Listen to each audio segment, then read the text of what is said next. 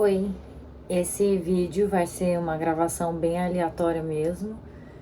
É porque eu acabei de assistir no cinema o filme do Oppenheimer, do cientista, né, que ajudou na criação da primeira bomba atômica. E aí eu tinha recente acabado de ler uma parte que eu quero ler agora. Porque quando eu assisti o filme, que eu tinha lido uma parte desse livro aqui, Sapiens, Uma Breve História da Humanidade, que é escrito pelo Yuval Noah Harari, e essa parte que eu tinha recém-lido não parava de me vir à mente enquanto eu assistia o filme. Aí eu queria ler essa parte para a Bianca escutar e ela quiçá desfrutar também dessas reflexões enquanto ela assiste o filme. Vou começar lendo e aí o que der para ler nesse vídeo foi. E vai ser só isso mesmo, só essa gravação aleatória. É o capítulo 13, O Segredo do Sucesso. O comércio, os impérios e as religiões universais, com o tempo, trouxeram todos os sapiens de todos os continentes para o mundo globalizado em que vivemos hoje. Esse processo de expansão e unificação não foi linear ou ininterrupto.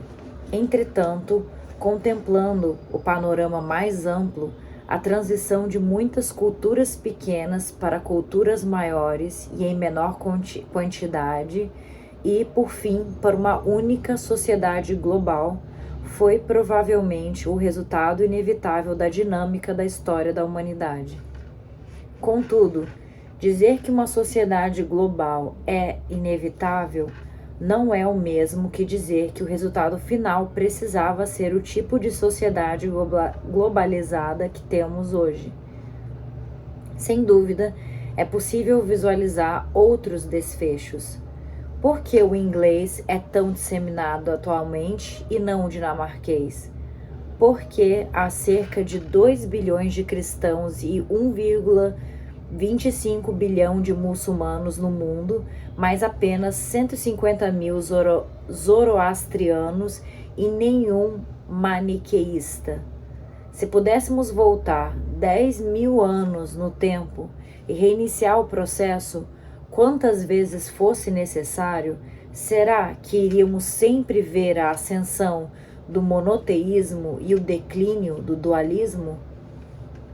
Como não podemos fazer esse experimento, é de fato impossível saber, mas um exame de duas características cruciais da história pode nos proporcionar algumas pistas.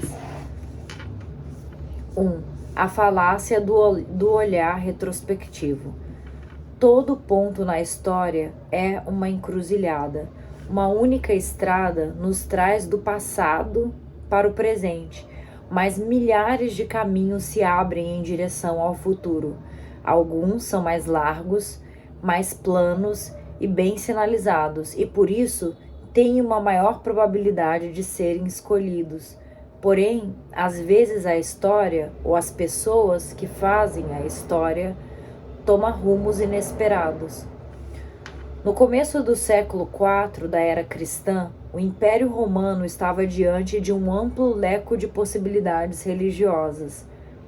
Poderia ter se aferrado a seu politeísmo tradicional e diversificado, mas o seu imperador, Constantino, refletindo sobre um século turbulento de guerra civil, parece ter pensado que uma única religião, dotada de uma doutrina clara, seria capaz de ajudar a unificar os seus domínios etnicamente diversos. Poderia ter escolhido qualquer um entre os vários cultos contemporâneos para estabelecer como fé nacional. Maniqueísmo, mitraísmo, os cultos a Ísis ou Cibele, zoroastrismo, judaísmo e mesmo o budismo eram opções disponíveis. Por que optou por Jesus Cristo? Alguma coisa na teologia cristã o atraiu, ou talvez um aspecto daquela fé O fez pensar que seria mais fácil usá-la para os seus propósitos? Será que ele teve alguma experiência religiosa? Ou algum de seus conselheiros sugeriu que os cristãos estavam ganhando adeptos bem depressa e que seria melhor surfar aquela onda? Os historiadores especulam, porém, não têm uma resposta definitiva. Podem descrever como o cristianismo tomou conta do Império Romano, mas são incapazes de explicar por que foi exatamente essa possibilidade que se transformou em realidade. Qual é a diferença entre descrever como e explicar o porquê? Descrever como significa reconstruir a série de eventos específicos que levaram de um ponto a outro. Explicar o porquê significa encontrar conexões causais para a ocorrência daquela série particular de acontecimentos e não todas as outras. Alguns estudiosos, de fato, oferecem explicações deterministas de eventos como a ascensão do cristianismo. Tentam reduzir a história humana à operação de forças biológicas, ecológicas ou econômicas. Argumentam que havia alguma coisa na geografia, na genética ou na economia no Mediterrâneo romano que tornava viável a ascensão de uma religião monoteísta. Entretanto, a maioria dos historiadores tende a ver com ceticismo tais teorias deterministas. Essa é uma das características especiais da história como disciplina acadêmica.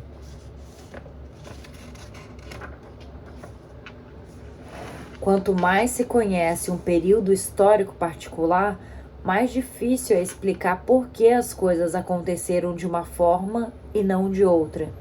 Quem tem um conhecimento apenas superficial de certo período tende a se concentrar somente na possibilidade que por fim ocorreu.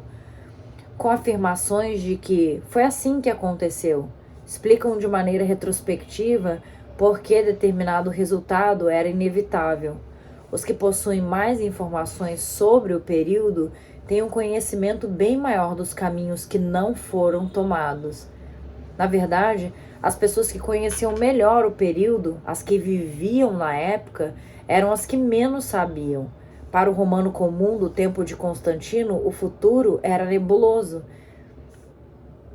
É uma lei de ouro da história que aquilo que parece inevitável quando olhamos para o passado estava longe de ser óbvio à época. Hoje não é diferente. Já escapamos da crise econômica global ou o pior ainda está por vir? A China continuará crescendo até se tornar a maior superpotência mundial?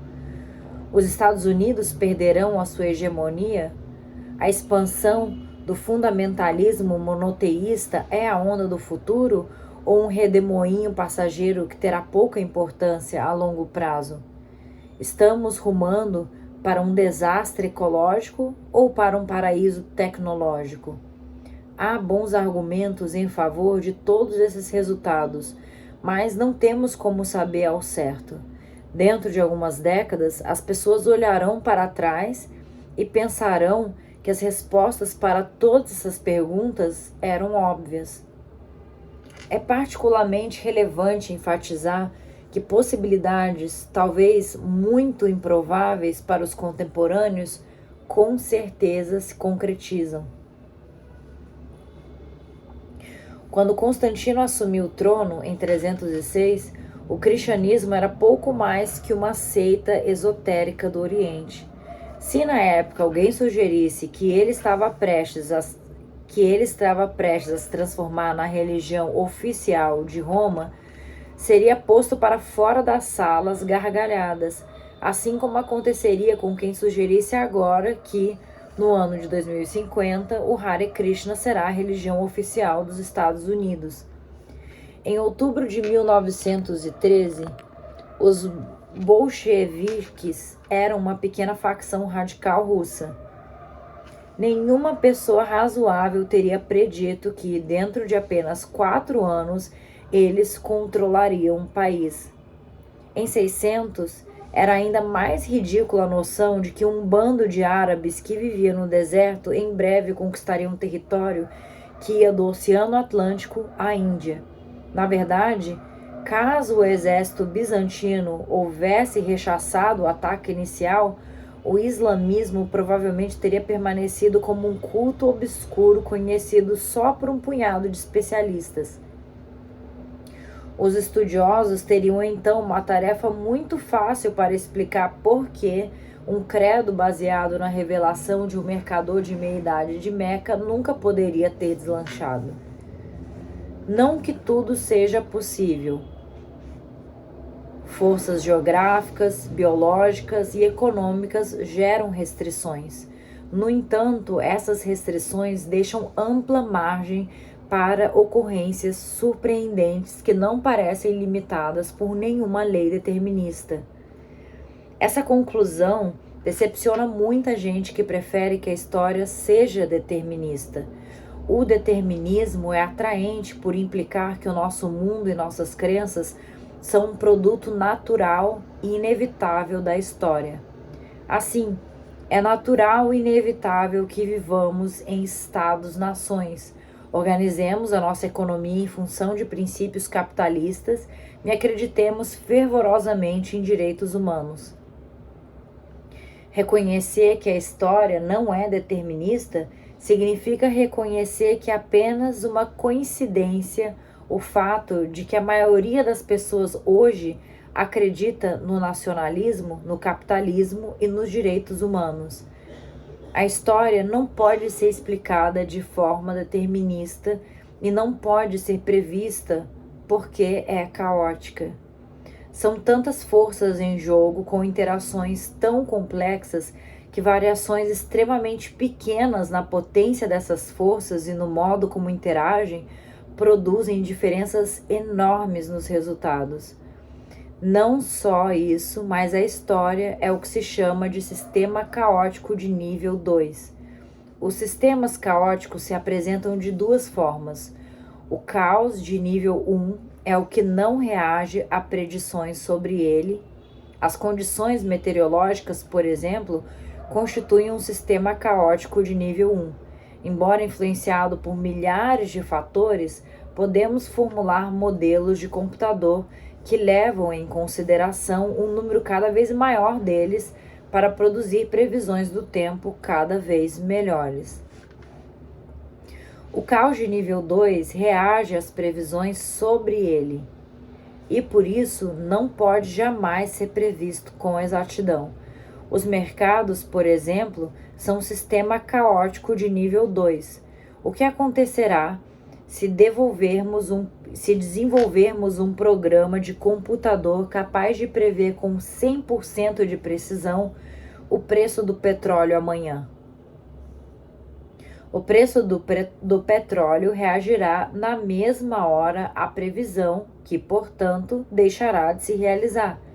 Se o preço atual do petróleo é $90 por barril e o programa de computador infalível prevê que amanhã será de $100, os corretores se apressarão para comprar petróleo a fim de lucrar com a elevação prevista no preço e, consequentemente, o preço pulará para $100 hoje e não amanhã.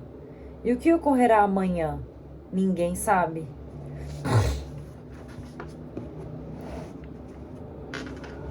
A política também é um sistema caótico de nível 2.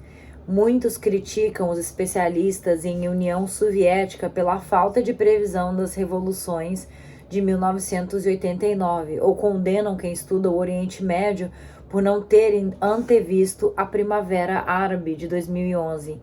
Isso é injusto. As revoluções, por definição, são imprevisíveis. Uma evolução prevista nunca eclode. Por que não? Imaginemos que em 2010 algum cientista político genial se uniu a um mago da computação e juntos desenvolveram um algoritmo infalível que, incorporado a uma interface atraente, pode ser comercializado como um previsor de revoluções. Oferecem os seus serviços ao presidente Hosni Mubarak do Egito e, em troca de um valor generoso, dizem a ele que, segundo as suas previsões, uma revolução sem dúvida eclodirá no país durante o próximo ano. Como Mubarak reagiria? Muito provavelmente reduziria de imediato os impostos, distribuiria bilhões de dólares em benesses aos cidadãos e também, por via das dúvidas, reforçaria sua polícia secreta. As medidas preventivas funcionam. O ano seguinte transcorre, surpresa, sem que nenhuma revolução ocorra. Mubarak exige o seu dinheiro de volta. Esse algoritmo de vocês não vale nada, grita para os cientistas. Eu bem que poderia ter construído outro palácio em vez de jogar todo aquele dinheiro fora. Mas só não houve uma revolução porque a previmos, dizem os cientistas para se defender. Profetas que preveem coisas que não acontecem, retruca Mubarak, fazendo sinal para que seus seguranças agarrem os dois. Eu posso arranjar uma dúzia desses no mercado de Cairo por alguns tostões. E por que estudar história? Ao contrário da física ou da economia, a história não é um meio de fazer previsões exatas. Estudamos história não para conhecer o futuro, mas para ampliar os nossos horizontes, para compreender que a nossa situação atual não é nem natural, nem inevitável. Repetindo, estudamos história não para conhecer o futuro, mas para ampliar os nossos horizontes, para compreender que a nossa situação atual não é nem natural, nem inevitável. Tudo que nós vivemos hoje não é natural, foi criação e não é inevitável, tem como mudar. Aconteceu por um acaso da gente nascer, nós brasileiros pelo menos, numa cultura machista, capitalista, cristã, heteronormativa, mas poderia ter sido outra, completamente diferente. O natural poderia ser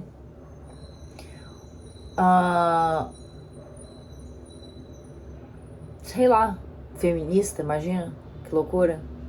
Poderia ter sido feminista, poderíamos ser politeístas, entre tantas coisas, né?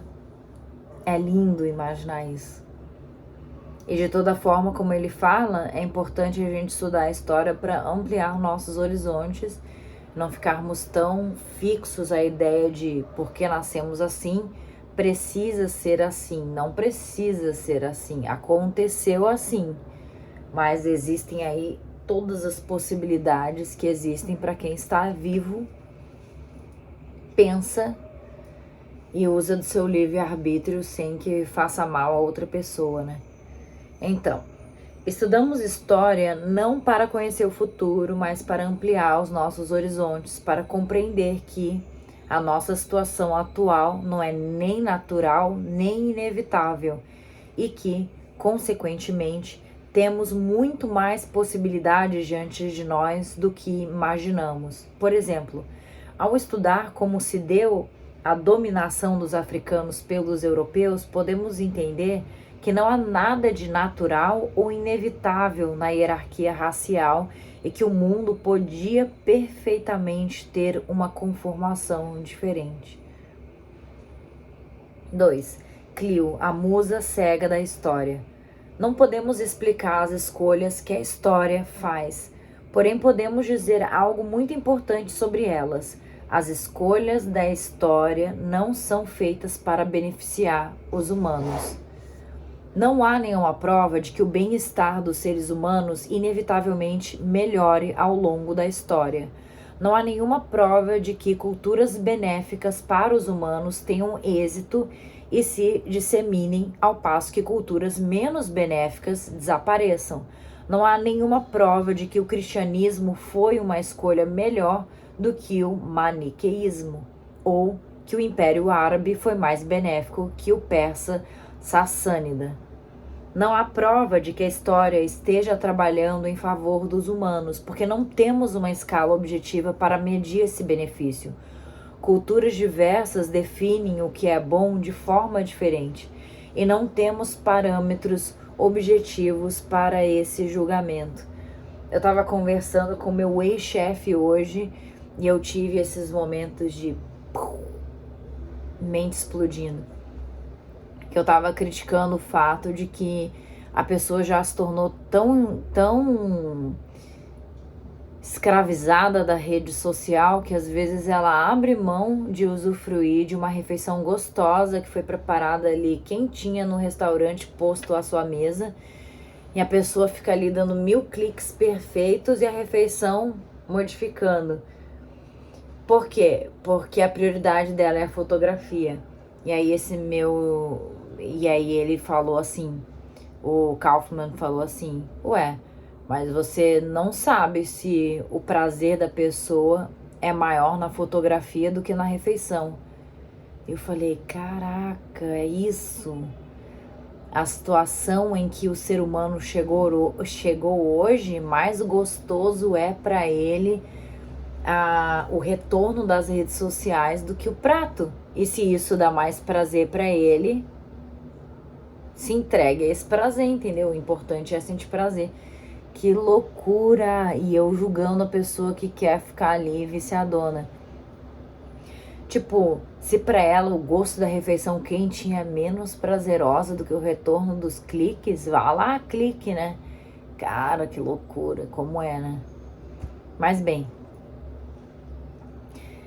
não sei nem de onde eu tirei isso, ok. Que não temos os parâmetros, né? Pra definir o que é bom pra cada cultura. Aí eu lembrei disso. Não temos o parâmetro para definir o que é bom. O bom é bom para cada um, né, individualmente. Ok.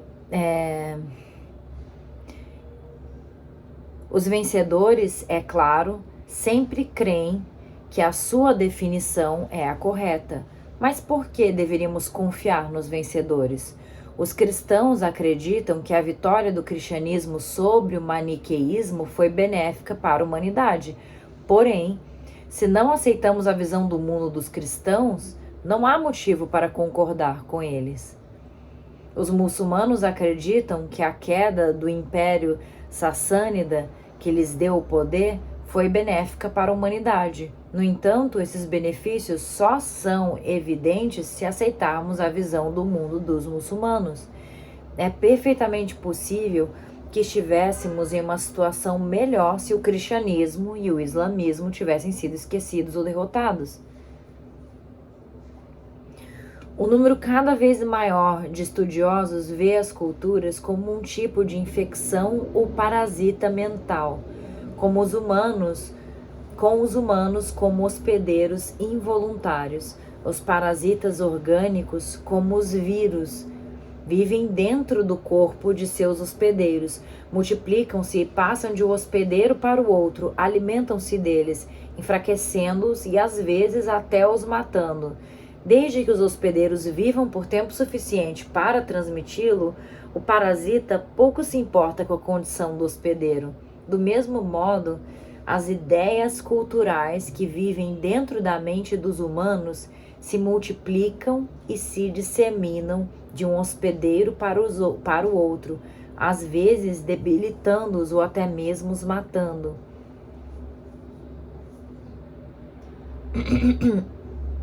Trazendo novamente a ideia das redes sociais. Eu penso isso. Eu penso que as redes sociais viraram um parasita na mente da humanidade e que tá todo mundo preso a esse parasita que não nos faz nem bem, mas ninguém sabe que grande ganho é esse, porquê dessa imensa escravidão, e tá todo mundo ali dependente daquilo. Que eu não vou ficar aqui explicando, todo mundo sabe como é uma rede social, todo mundo sabe o que não ganha da rede social, todo mundo sabe que se apresenta as mesmas coisas, que é sempre aquele perfil de viagem, de refeição, de eu sou feliz. todo mundo reclama, ninguém faz nada a respeito. É impressionante. E todo mundo investe a vida do que poderia estar comendo para ficar fotografando e é uma loucura.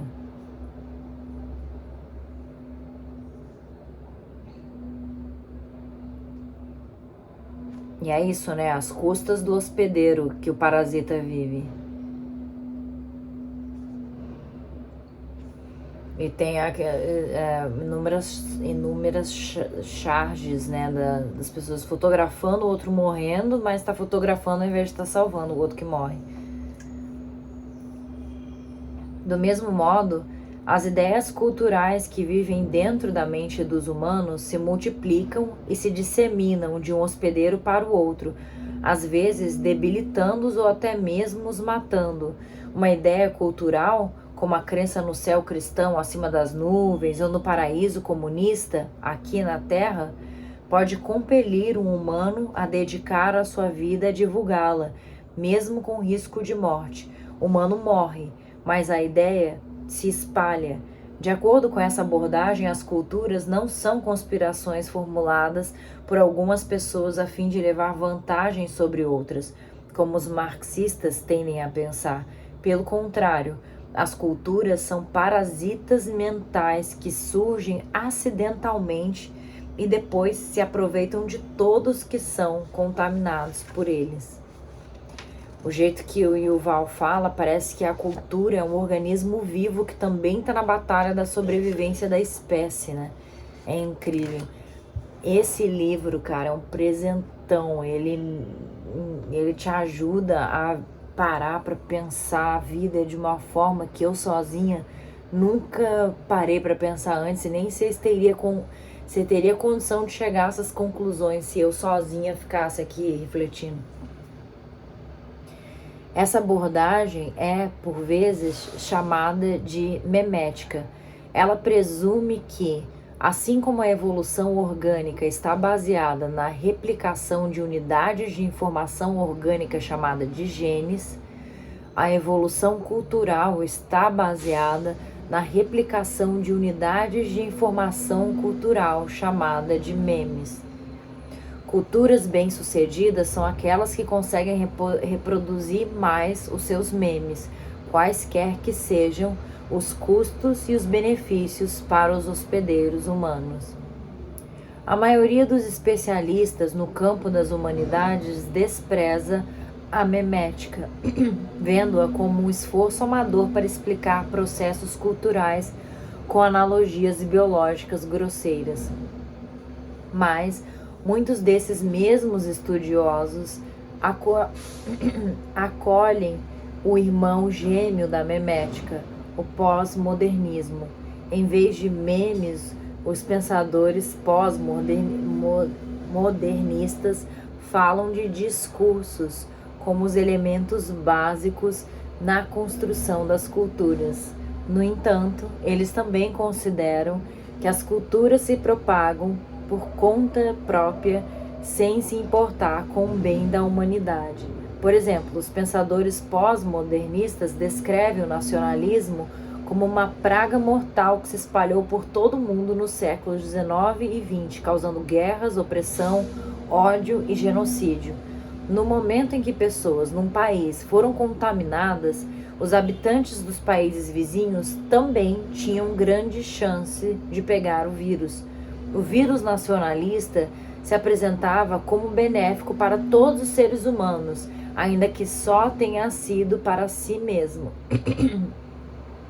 Argumentos similares são comuns nas ciências sociais sob a égide da teoria dos jogos. A teoria dos jogos explica como em sistemas como vários jogadores, visões e padrões de comportamento que causam danos a todos os participantes conseguem fincar raízes e se disseminar.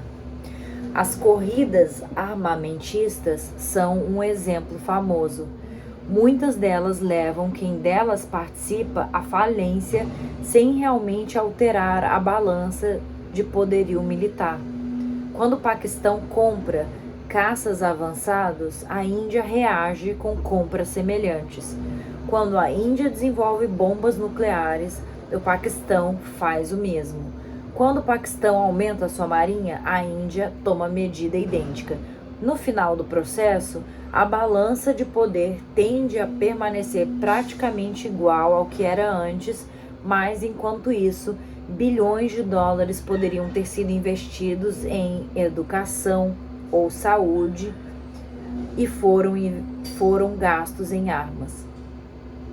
Contudo, é difícil resistir à dinâmica da corrida armamentista por ser um padrão de comportamento que se espalha como um vírus de um país para o outro, causando prejuízo a todos, mas beneficiando a si próprio, seguindo um critério evolucionário de sobrevivência e reprodução. Vale notar que uma corrida armamentista, como um gene, não tem consciência, não busca deliberadamente sobreviver e se reproduzir. A sua disseminação é o resultado não intencional de uma dinâmica poderosa. Não importa como a chamemos, teoria dos jogos, pós-modernismo ou memética, a dinâmica da história não tem como objetivo aumentar o bem-estar humano. Não há nenhum fundamento de que as culturas mais exitosas na história são necessariamente as melhores para o Homo sapiens. Assim como a evolução, a história não se importa com a felicidade de organismos individuais e, por sua vez, os indivíduos humanos são, em geral, ignorantes e fracos demais para influenciar o curso da história em benefício próprio. A história vai de uma encruzilhada para a seguinte, escolhendo, por alguma razão misteriosa, tomar primeiro tal caminho, depois aquele outro. Por volta de 1500, a história fez a sua escolha mais marcante, mudando não só o destino da humanidade, mas provavelmente o de toda a vida no planeta. Chamamos isso de Revolução Científica. Ela começou na Europa Ocidental, uma grande península na ponta mais a oeste da massa continental afro-asiática, que até então não desempenharam um papel importante na história. Por quê? De todos os lugares onde poderia surgir, a Revolução Científica começou ali e não na China ou na Índia. Porque teve início na metade do segundo milênio depois de Cristo e não 2 séculos antes ou 3 séculos depois? Não sabemos. Os estudiosos propuseram dezenas de teorias, mas nenhuma delas é convincente o bastante. A história tem um vasto horizonte de possibilidades e muitas delas nunca se transformam em realidade. É concebível imaginar a história a história prosseguindo por incontáveis gerações e passando ao largo da Revolução Científica, assim como é concebível imaginar a história sem o cristianismo, sem o Império Romano e sem moedas de ouro. Mas cá nos atingiu a história com a Revolução Científica. Agora engata de fato na parte do filme. A Revolução Científica. Aqui tem essa imagem.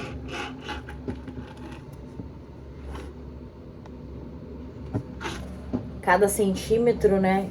Não é nem 1 centímetro, é, sei lá, meio centímetro. Olha isso. Cada meio centímetro que aparece aqui uma réguazinha equivale a 100 metros aqui, ó, na bomba atômica. Na explosão, né, da bomba atômica. Álamo Gordo, 16 de julho de 1945, 5 horas, 29 minutos, 53 segundos.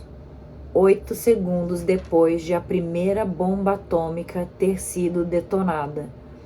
O físico nuclear Robert Oppenheimer, ao ver a explosão, citou Bhagavad Gita.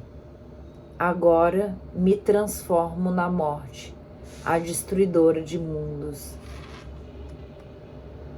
Uau!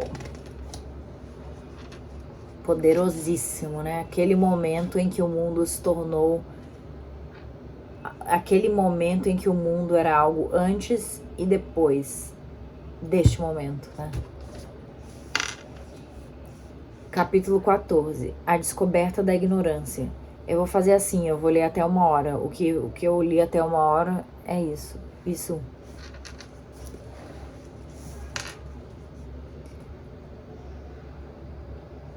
Caso um camponês espanhol houvesse adormecido no ano 1000 da era cristã e acordado 500 anos depois, ouvindo a barulheira causada pelos marinheiros de Colombo ao embarcar nas caravelas Ninha, Pinha e Santa Maria, o mundo lhe teria parecido bem familiar.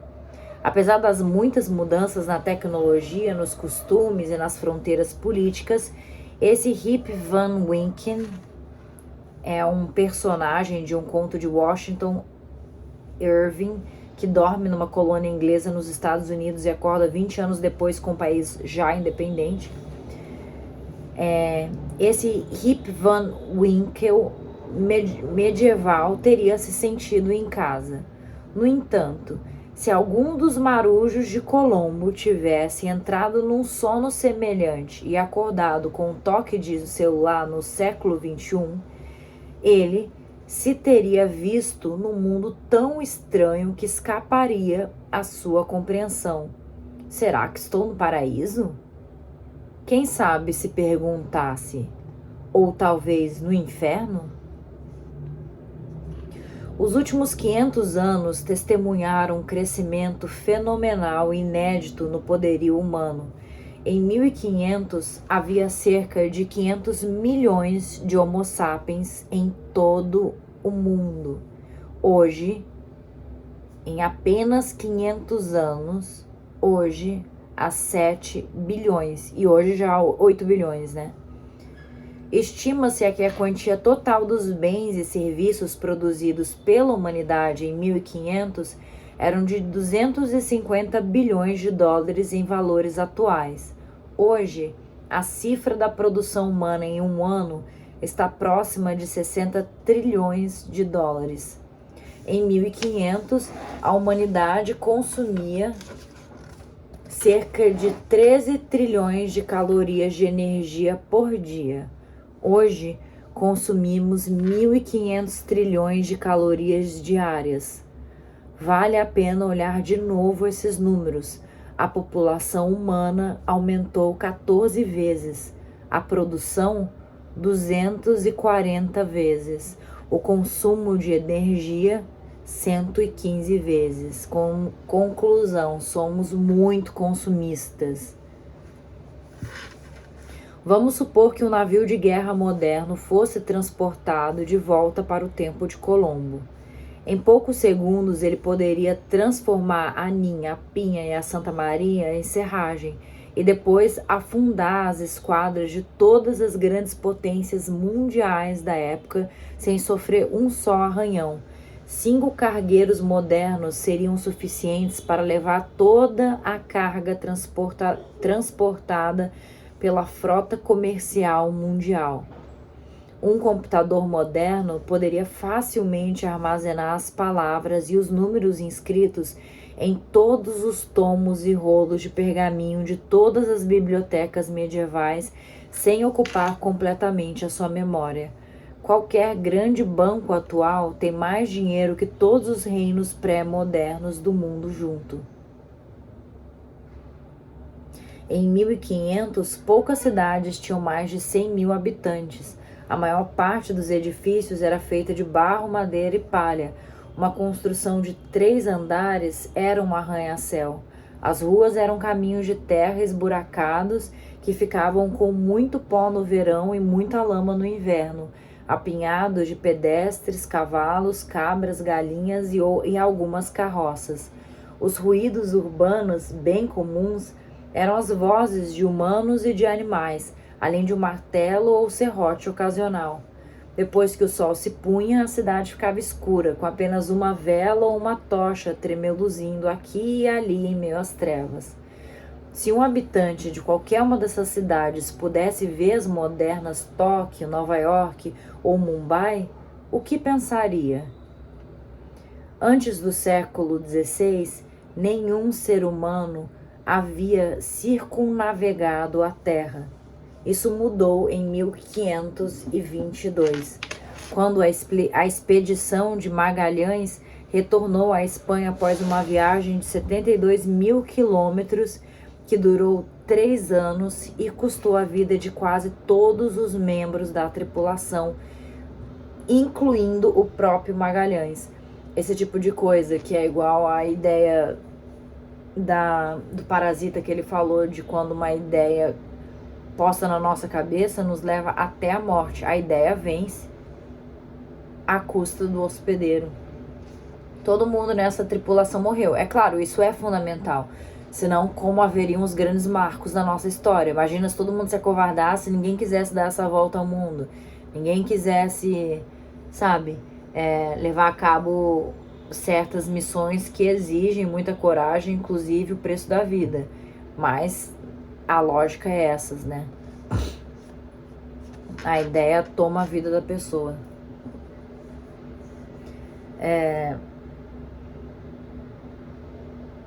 Inclusive no filme, a esposa do Oppenheimer, ela fala sobre isso em relação à causa comunista, que ela abre mão do comunismo por causa disso, né? Porque o ex-marido dela, inclusive, morre, ele dá a vida pela causa, literalmente, e ela fica lá viúva. Ela fica meio puta, inclusive, foda-se o comunismo. Antes do século XVI, inclusive o próprio Magalhães. Em 1873, Jules Verne imaginou que Phileas Fogg, um rico aventureiro britânico, seria capaz de dar a volta ao mundo em 80 dias. Hoje, qualquer um que tenha uma renda de classe média pode dar a volta ao globo de modo fácil e seguro em apenas 48 horas. Em 1500, os humanos estavam confinados à superfície da Terra. Podiam construir torres e escalar montanhas, mas o céu permanecia reservado para pássaros, anjos e divindades. Em 20 de julho de 1969, cara, olha isso, logo ali pertinho, os humanos aterrissaram na Lua. Essa não foi apenas uma conquista histórica, mas também um feito evolucionário e até mesmo cósmico. Durante os 4 bilhões de anos anteriores da evolução, 4 bilhões de anos anteriores da evolução, nenhum organismo havia conseguido nem mesmo se afastar da atmosfera da Terra e, sem dúvida, nenhum deixar a marca de seu pé ou tentáculo na superfície lunar. Durante a maior parte da história, os humanos não sabiam nada sobre 99,99% dos organismos existentes no planeta, a saber, os micro-organismos. Não porque não eram do nosso interesse. Cada um de nós carrega dentro de si bilhões de criaturas unicelulares, não apenas como passageiros. Elas são nossas melhores amigas e nossas inimigas mais mortais. Algumas delas digerem a nossa comida e limpam as nossas entranhas, enquanto outras causam doenças e epidemias. No entanto, foi apenas em 1674 que um olho humano viu pela primeira vez um micro-organismo, quando Anton van Leeuwenhoek, desculpa aí se falei merda, espiou através do microscópio que havia construído em casa e se surpreendeu ao descobrir um mundo de criaturas minúsculas se movendo numa gota d'água. Nos 300 anos seguintes, os humanos conheceram inúmeras espécies microscópicas. Conseguimos derrotar a maioria das doenças contagiosas mais letais causadas por elas e pusemos os micro-organismos a serviço da medicina e da indústria. Hoje, criamos artificialmente bactérias para produzir medicamentos, fabricar biocombustíveis e matar parasitas. Mas o momento mais notável e definidor dos últimos 500 anos ocorreu às 5 horas, 29 minutos, 45 segundos de 16 de julho de 1945. Naquele exato segundo, cientistas norte-americanos detonaram a primeira bomba atômica em Alamo Gordo, no estado de Novo México, nos Estados Unidos. Desde então, a humanidade passou a ter a capacidade não apenas de modificar o curso da história, mas também de lhe dar um fim. Incrível. E foi incrível porque quando eu assisti o filme eu lembrava dessa parte do livro que eu tinha acabado de ler. Caraca, olha que poder, o quanto a gente já não mudou a história, sabe? Pequenas decisões que um cientista sozinho, igual esse cara que criou o microscópio lá na casinha dele, lá no porãozinho dele. Cara, quando você pensa, nós somos tão uma pessoinha só nesse bilhão de quantidade de gente que mora no planeta Terra, e um cientista numa garagem, quando conversa com outra pessoa, quando passa uma outra informação, quanto ele vai mudando o curso inteiro da história, inteiro.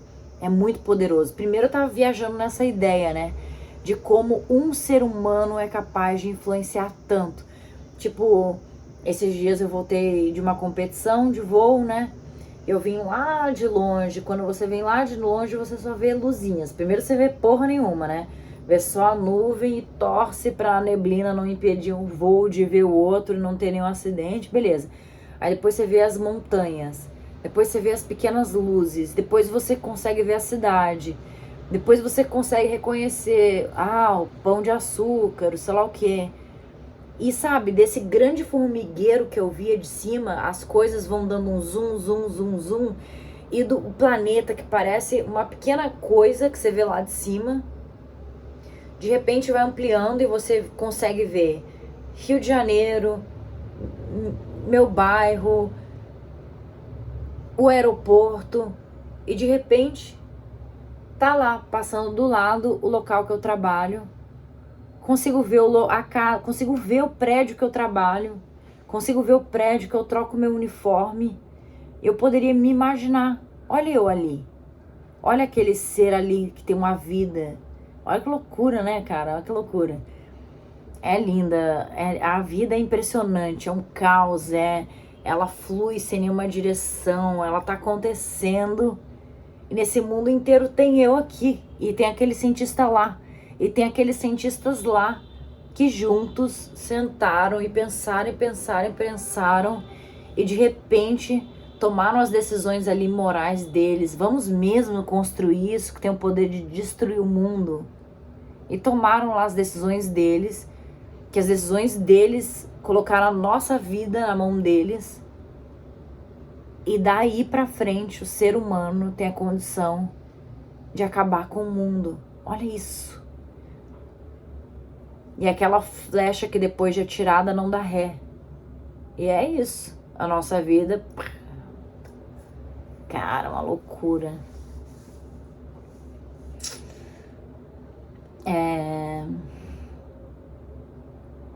Ok.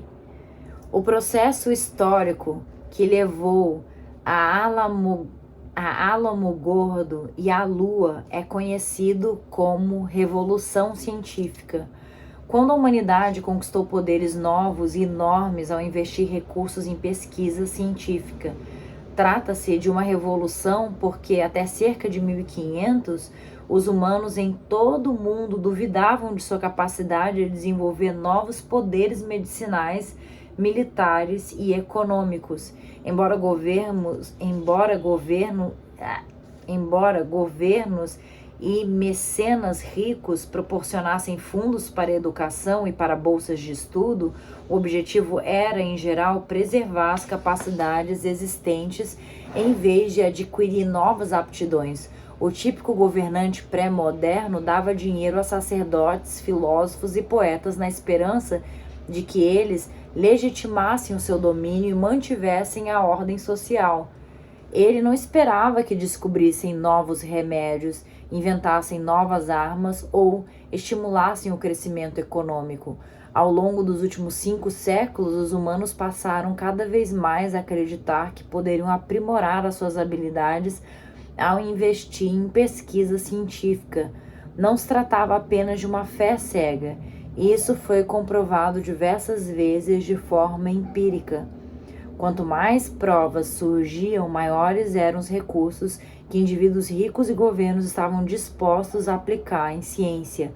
Nunca teríamos sido capazes de andar na Lua, criar artificialmente micro-organismos e dividir o átomo sem esses investimentos.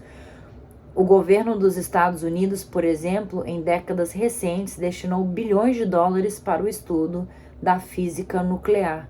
O conhecimento produzido por essa pesquisa tornou possível a construção de usinas nucleares que fornecem energia barata para as indústrias norte-americanas e pagam impostos ao governo, que, por sua vez, são em parte usados para financiar mais pesquisas no campo da física nuclear.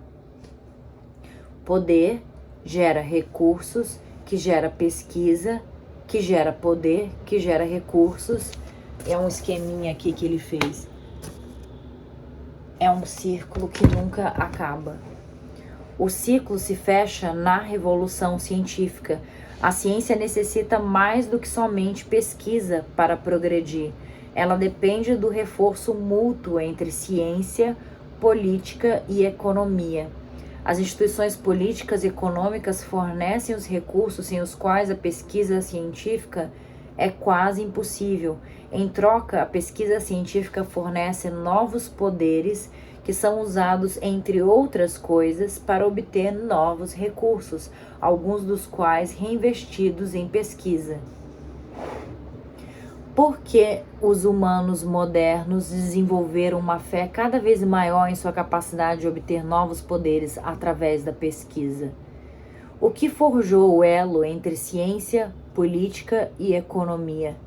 Este capítulo examina a natureza peculiar da ciência moderna a fim de fornecer parte da resposta. Os 2 capítulos seguintes examinam a formação da aliança entre a ciência, os impérios europeus e a economia do capitalismo. Bem, tem mais 7 minutinhos para ler. Vamos ver onde vai parar, né? Ignoramos. Os humanos tentam entender o universo, ao menos desde a revolução cognitiva. Nossos ancestrais empregaram bastante tempo e esforços tentando descobrir as regras que governam o mundo natural. Mas a ciência moderna difere de todas as tradições de conhecimento anteriores de 3 formas cruciais. A. Predisposição para admitir ignorância. A ciência moderna está baseada na advertência latina ignoramos, não sabemos. Ela presume que não sabemos tudo, o que é ainda mais importante, admite que as coisas que achamos que sabemos podem se comprovar erradas à medida que adquirimos mais conhecimento. Nenhum conceito, ideia ou teoria é sagrado ou não pode ser contestado. B. Papel central da observação e da matemática. Após admitir ignorância, a ciência moderna visa obter novos conhecimentos. Faz isso coletando observações e depois usando ferramentas matemáticas para conectar tais dados em teorias abrangentes. C. Aquisição de novos poderes. A ciência moderna não se contenta em criar teorias, utiliza-as a fim de adquirir novos poderes e, em especial, desenvolver novas tecnologias. A revolução científica não foi uma revolução do conhecimento, foi, sobretudo, uma revolução da ignorância. A grande descoberta que deu origem à revolução científica foi a de que os humanos não sabem as respostas para suas perguntas mais importantes. As tradições de conhecimento pré-modernas, como o islamismo, o cristianismo, o budismo e o confucionismo, afirmavam que tudo o que havia de importante saber sobre o mundo já era conhecido. Os grandes deuses, o Deus único e todo-poderoso, ou os sábios do passado, possuíam um saber abrangente que nos era revelado nas escrituras e nas tradições orais. Os mortais acumulavam conhecimento mergulhando nesses textos e em tradições antigas para compreendê-los de forma correta. Era inconcebível que a Bíblia, o Corão ou os Vedas tivessem deixado de explicar um segredo fundamental do universo, um segredo que ainda poderia ser descoberto por criaturas de carne e osso. As antigas tradições de conhecimento só admitiam dois tipos de ignorância. Primeiro, o indivíduo podia ignorar alguma coisa importante. Para obter o conhecimento necessário, bastava perguntar a alguém mais sábio. Não havia necessidade de descobrir algo que ninguém sabia. Por exemplo, se um camponês numa aldeia em Yorkshire, no século XIII, quisesse saber por que a raça humana tinha se originado, ele presumia que a tradição cristã soubesse a resposta definitiva. Tudo o que precisava fazer era perguntar ao padre local. Segundo, uma tradição inteira podia ignorar coisas sem importância. Por definição, era sem importância tudo aquilo que os grandes deuses ou os sábios do passado não tinham se dado ao trabalho de nos dizer. Por exemplo, se nosso camponês de Yorkshire desejasse saber por que as aranhas tecem as suas teias, é inútil indagar ao padre, porque a resposta para essa pergunta não estava em nenhuma das escrituras cristãs. Isso não queria dizer, contudo, que o cristianismo fosse deficiente. Significava que entender como as aranhas tecem as suas teias não era importante. Afinal, Deus sabia perfeitamente bem como as aranhas faziam aquilo. Caso fosse uma informação vital, necessária para a prosperidade e para a salvação humanas, Deus teria incluído uma explicação completa na Bíblia. O cristianismo não proibia as pessoas de estudar aranhas, mas os estudiosos de aranhas, se é que havia algum na Europa medieval, tinham de aceitar o seu papel periférico na sociedade e a irrelevância de suas descobertas para a verdade eterna do cristianismo. O que quer que se descobrisse sobre as aranhas, borboletas ou tentilhões das ilhas Galápagos era pouco mais que uma informação trivial, sem relevância para as verdades fundamentais da sociedade, da política e da economia. Na verdade, as coisas nunca foram assim tão simples. Em todas as eras, mesmo nas mais devotas e conservadoras, tinha quem argumentasse haver coisas importantes que a sua tradição inteira ignorava. No entanto, essas pessoas eram em geral marginalizadas ou perseguidas, quando não fundavam uma nova tradição e começavam a afirmar que elas sabiam tudo o que havia para saber. Por exemplo, o profeta Maomé iniciou a sua carreira religiosa condenando os irmãos árabes por viverem na ignorância da verdade divina. Mas o próprio Maomé muito rapidamente começou a declarar que ele conhecia a verdade completa e os seus seguidores passaram a chamá-lo de o último profeta. A partir de então, não havia necessidade de revelações além daquela proclamada por ele. A ciência moderna é uma tradição de conhecimento especial na medida em que admite abertamente a ignorância coletiva a respeito das questões mais importantes. Darwin nunca afirmou que era o último biólogo e que tinha resolvido o enigma da vida de uma vez por todas. Após séculos de pesquisas científicas intensas, os biólogos admitem não ter nenhuma boa explicação para como o cérebro produz a consciência.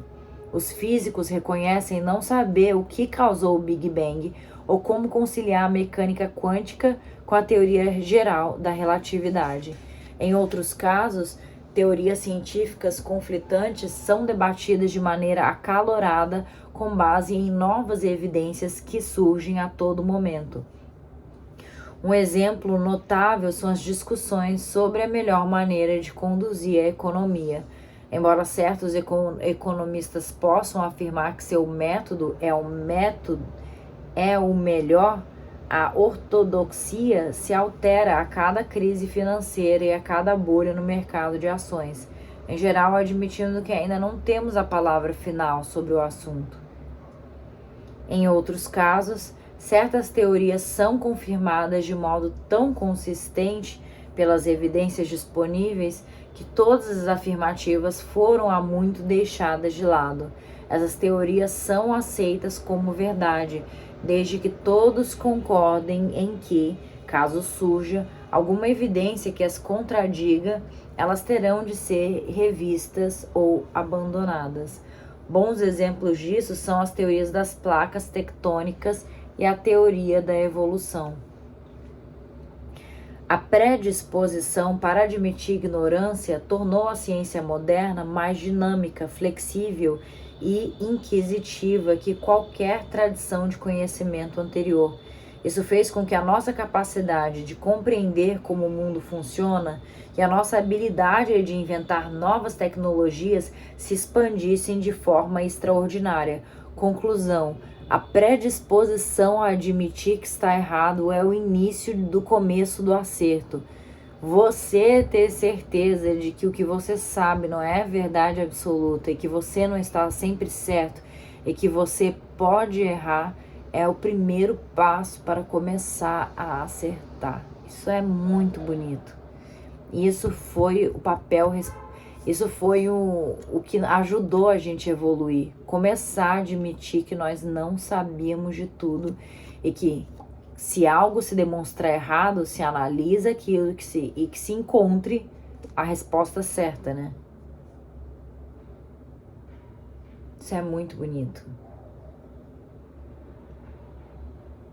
Mas criou também um problema grave que a maioria de nossos antepassados não precisou enfrentar: a premissa atual de que não sabemos tudo e de que mesmo o conhecimento que possuímos está sujeito à revisão se estende aos mitos compartilhados que permitem que milhões de desconhecidos cooperem de maneira eficiente.